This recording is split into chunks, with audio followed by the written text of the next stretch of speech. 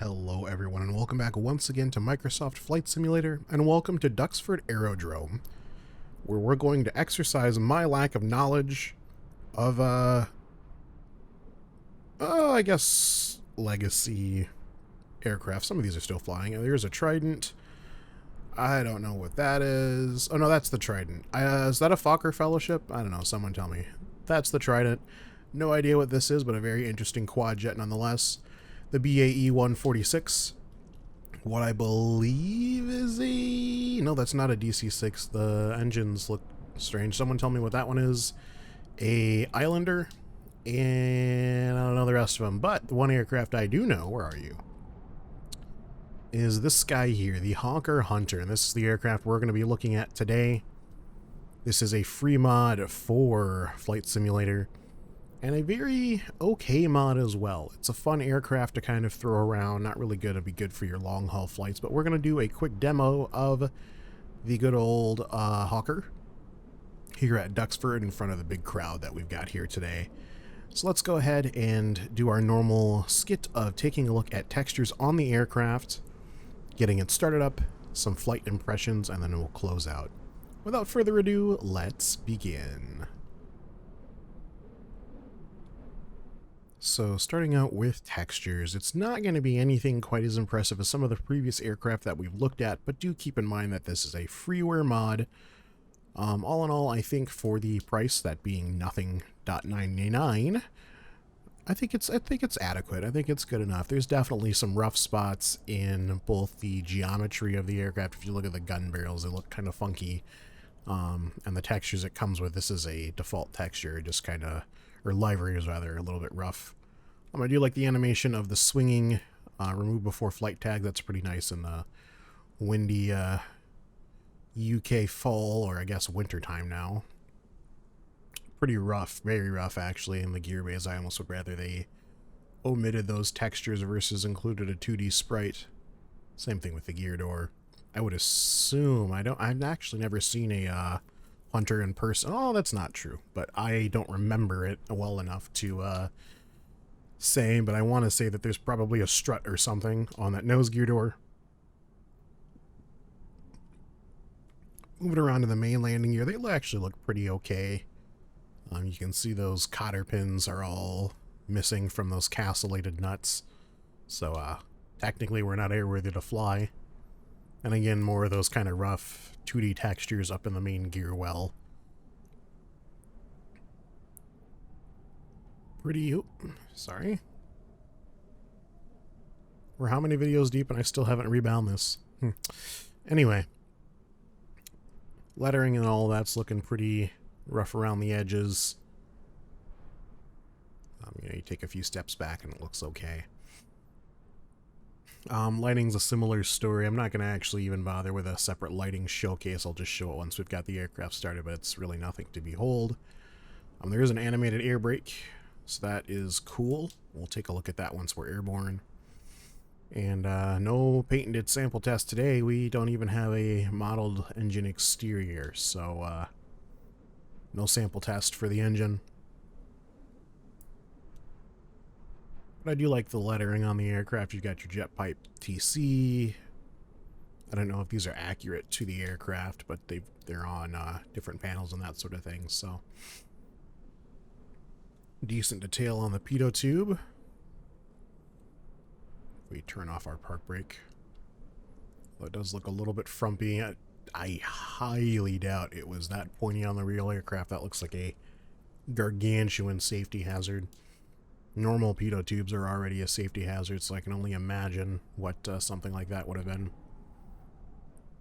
And someone will have to let me know. I'm assuming these aren't variable geometry inlets, but they kind of look like it, but they're pretty rough once you get up close.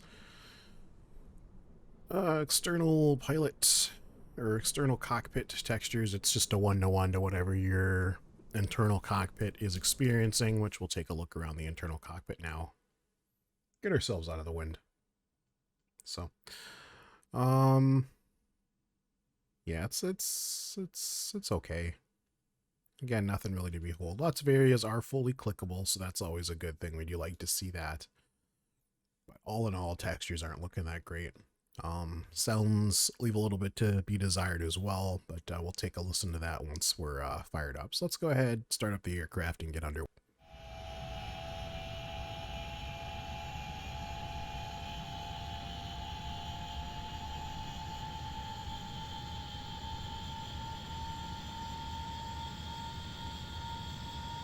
So like I said, the sounds do leave a little bit to be desired. I think they're fine for what you're getting in this freeware mod.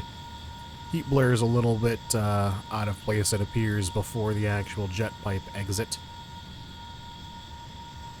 But nonetheless, we'll go ahead, get taxied out here, take a look at that external lighting, and do a takeoff and a quick flight. So on our... we'll turn out here past the last of the crowds here at Duxford. We're going to go ahead and turn on our gun sight here, which is a pretty cool, nifty little thing. In addition to the normal gun sight, you also have a night-day mode, as well as a filter that you can toggle on should you be firing into the sun. I believe that's what that's for. But we're going to leave it on just for aesthetic today, as we line up now on runway 24 left. The right one runway is just a grass field, so we'll wind up and wait here, wait our takeoff clearance, and then take a look at that external lighting. Like I said, it really leaves something to behold. It almost looks like they took the New Light mod and just applied it to the aircraft. This is, as far as I know, all of the lighting on the aircraft. Let's do a push the L key just to make sure every single light on the aircraft is on. I mean, there is a landing light switch, but it seems to not be doing anything. I'm actually unfamiliar with where the landing light on the Hawker would be, but that's okay. We'll go ahead and get throttle up here and go for a takeoff.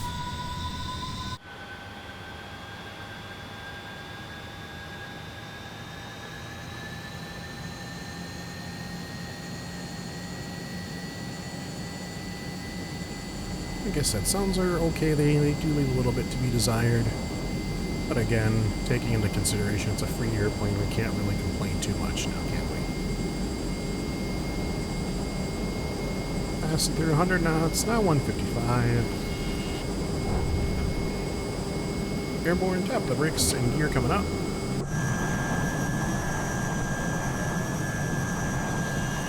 Very fast acting gear.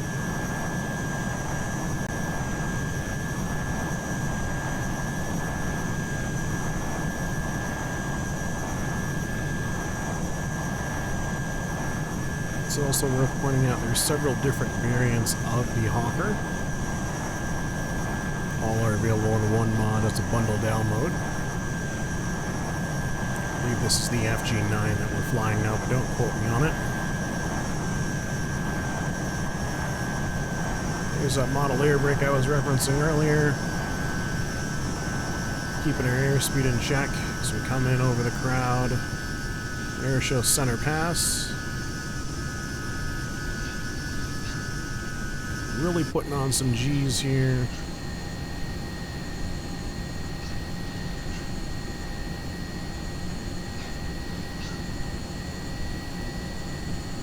Unload the airplane, roll to the right as we come over the crowd, pull a big old Emmeline, smack into the ground. Casual. Flight sim's frozen.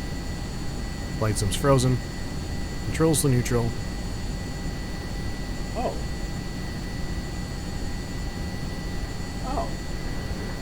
OBS froze too. That's pretty cool. Yeah, we smacked into the ground pretty good there. It is what it is.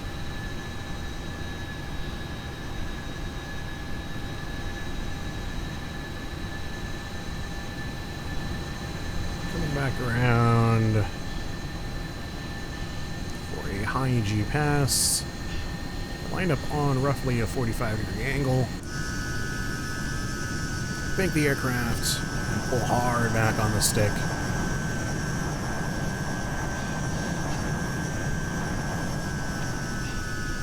Speed brake out as we roll back in towards the field. This time around it'll be a low speed pass. We'll bring that air brake back in as we come in through 200 knots.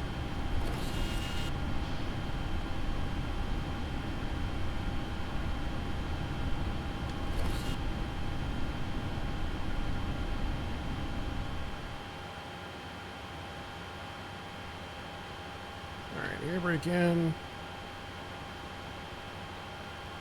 You can see that windsock down there. That's the crosswind that we're fighting.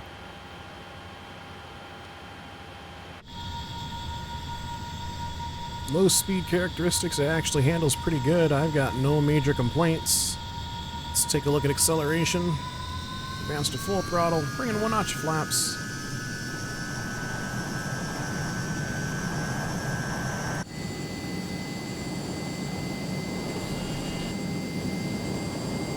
There's 200.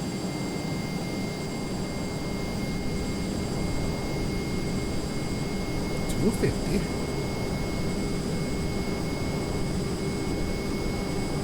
300 knots. Let's go into the vertical.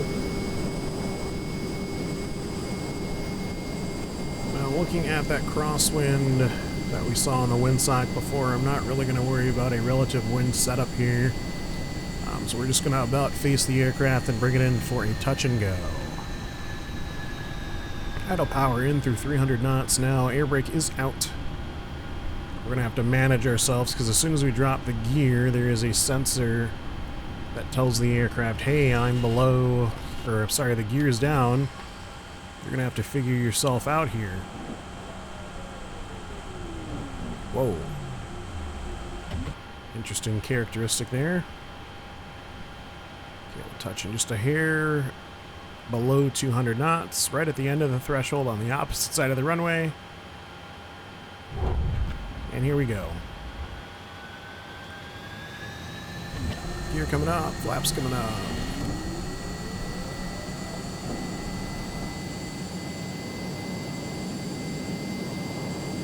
It's like a V&E looking at the airspeed indicator just below Mach 1, which would make sense for a jet of this era.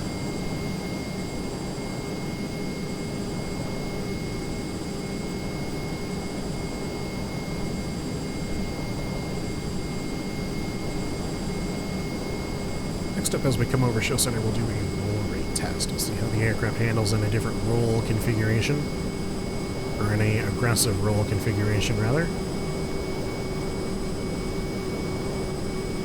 Ready, and here we go. 3, 2, 1, roll into the right.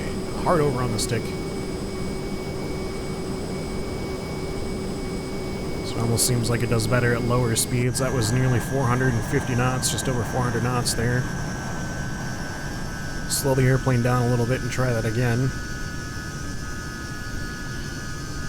We'll call that a intermediate speed pass, what we just did.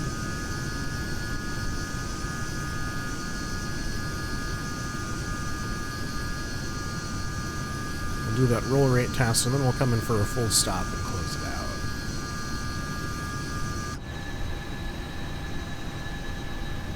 Still at 400, let's dump the speed brake.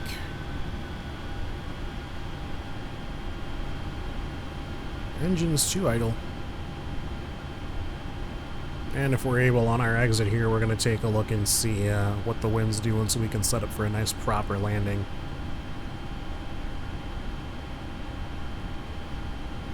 Alright, below 250, 210, 05, and there is 200 now. Air brake coming in. Got a little bit of power in for lateral stability. Ready and rolling to the left. Yeah, not the best roll rate. I think it's realistic for what this aircraft probably was capable of. We never really saw 60s era. I think this is a 60s era aircraft. Maybe early 70s. You never really saw those doing aggressive rolls. Think like your MiG-15s or your F-86s. They weren't known for their super fast roll rates. Given they did have dang good roll rates for the time. But compare it to like an A4 that rolled some ridiculous rate. I don't remember the exact number. You'll have to forgive me, but it was something obnoxious. Alright, flaps coming down, gear coming down, speed brake automatically in.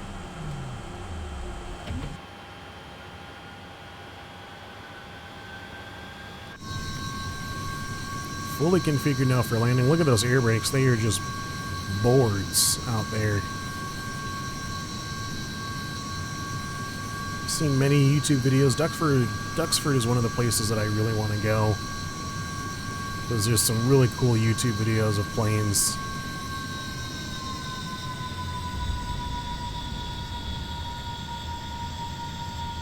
Settle her down. A little bit of a rough touch, but nonetheless, be a Hawker Hunter. Or Microsoft Flight Simulator down safely.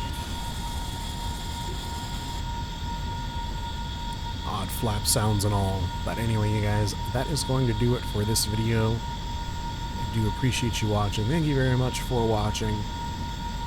And as always, take it easy.